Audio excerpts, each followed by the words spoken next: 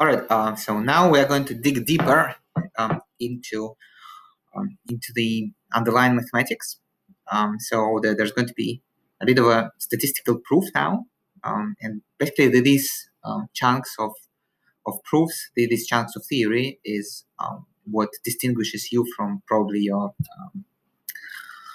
peers from computer science. So this is why our course is called statistical learning rather than machine learning, because there's going to be a bit of theory here. Okay, so first let me explain what this is, right? So we're going to prove that the expected value of this is the square deviation of our model from data.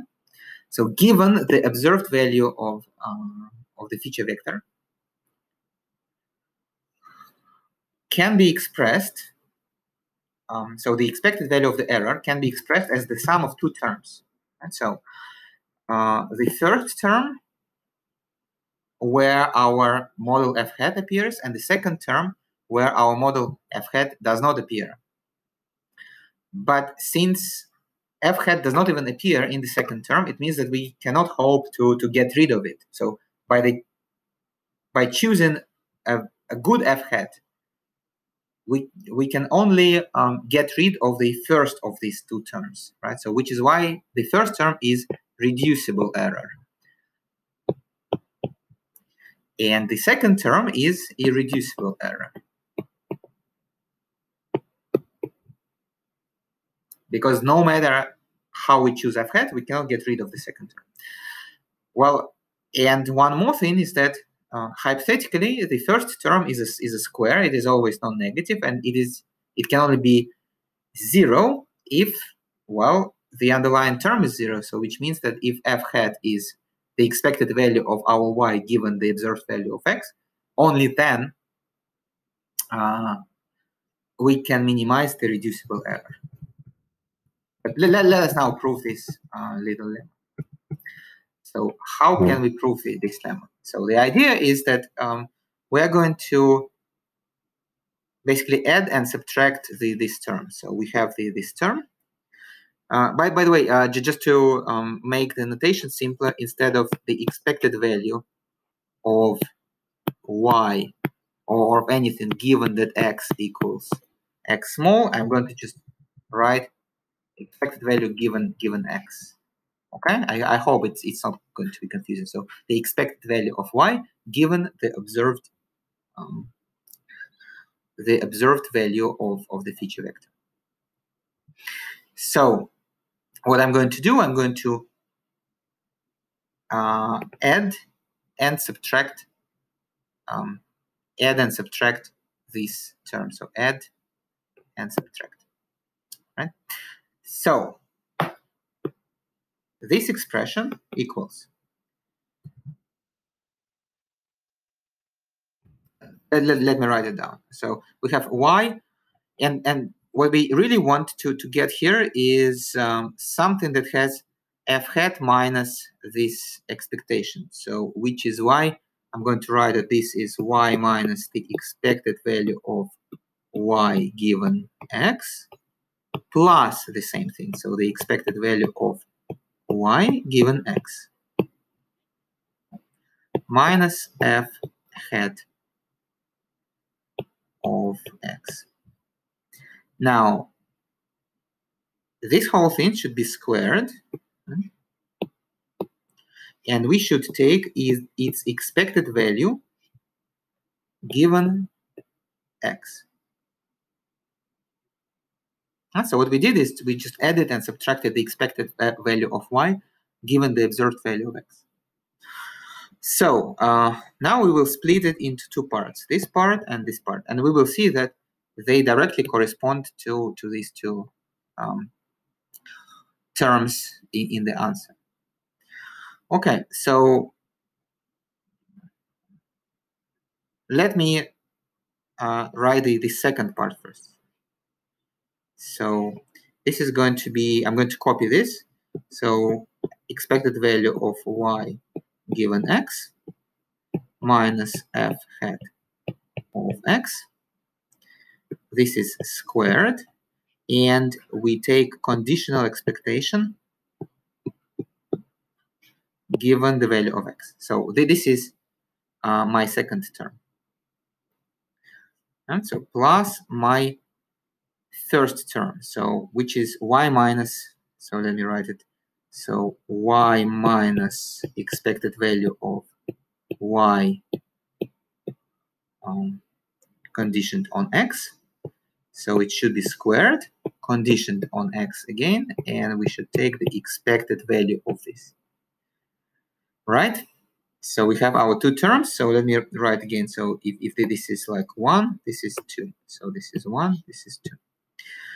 But this is the square of the sum. And recall from primary school that a plus b squared is a square plus b squared plus 2ab. So we also need to write this, the one more term. So let me write it. So plus 2 expected value of what? Expected value of the product of these two. So the first term is y minus e of y conditioned on x times expected value of y conditioned on x minus the expected the f hat of x. And this should be conditioned on x. Okay, now what do we have? So now notice that this second term is in fact just the definition of variance, is the same as the first as the second term in what we want to prove. And because what is variance? So variance is the expected value of y minus the expected value of y squared, and this is what we have. And so this is just variance. Okay, so now the first term. So this is our first term. And let me do it like this. So this is our first term. Well, compare to the first term of what we want to prove. So it is actually the same thing, only it is flipped, right? But since it is squared, it doesn't matter whether it is e minus f hat or f hat minus x. And the other thing that we have here is that here we take the condition, the expected value conditioned on the observed value of x, right? But so notice that if you look at whatever is inside, at just this expression, expected value of y conditional on x minus f hat of x, then this expression is already conditioned on x, right? So we have the expected value of y with the given value of x minus f hat of the given value of x again, right? So this is not a random variable, so it is just a constant. So given an observed value of x, it is a constant. So which means that its expected value equals to the constant itself. So which is why we can remove, just delete this expected value. Right? So this is something like saying that the expected value of, I don't know, 34 is 34. And removing the expected value, we get this first term in the expression that we want to prove. Right? So the remaining part is just to show that the last term, 2 times the expected value of the product of the two things, is 0. And so let's do that. So let me just rewrite it. So we need to, 2 doesn't matter, so I want to write that the expected, I want to find the expected value of, what is it, y minus expected value of y conditioned on x times the expected value of y conditioned on x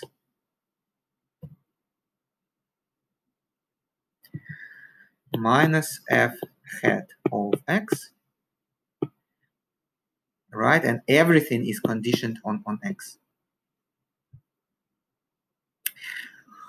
All right. Now, let us look at the second multiplier here. So this multiplier is not a random variable with respect to x. So given an observed value of x, so here we know that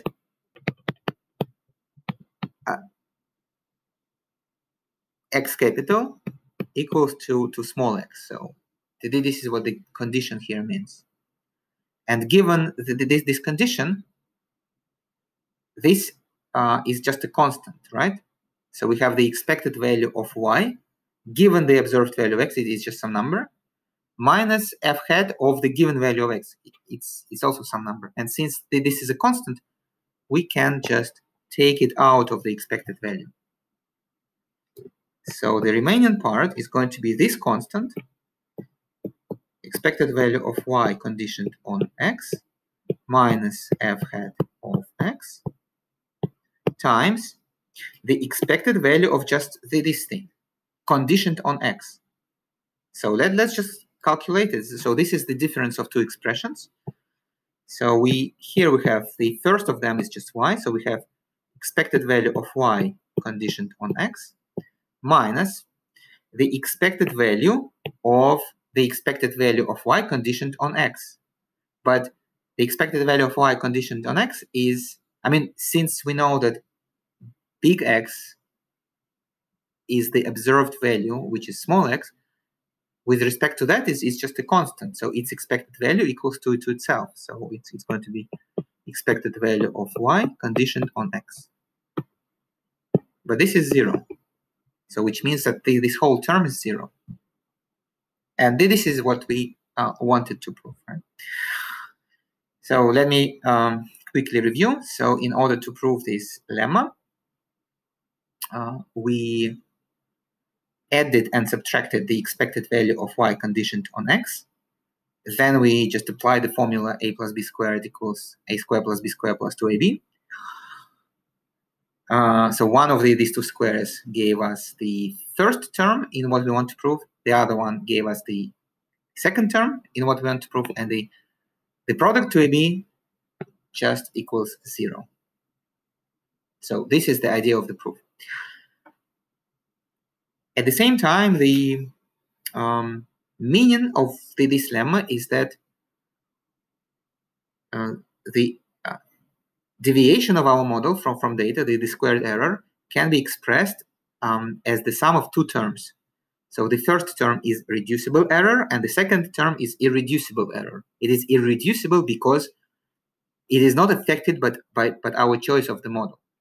But the first term is affected by a choice of the model. And the optimal choice that makes this term 0 is f hat of x equals expected value of y given the observed value of x. And this is what the corollary says.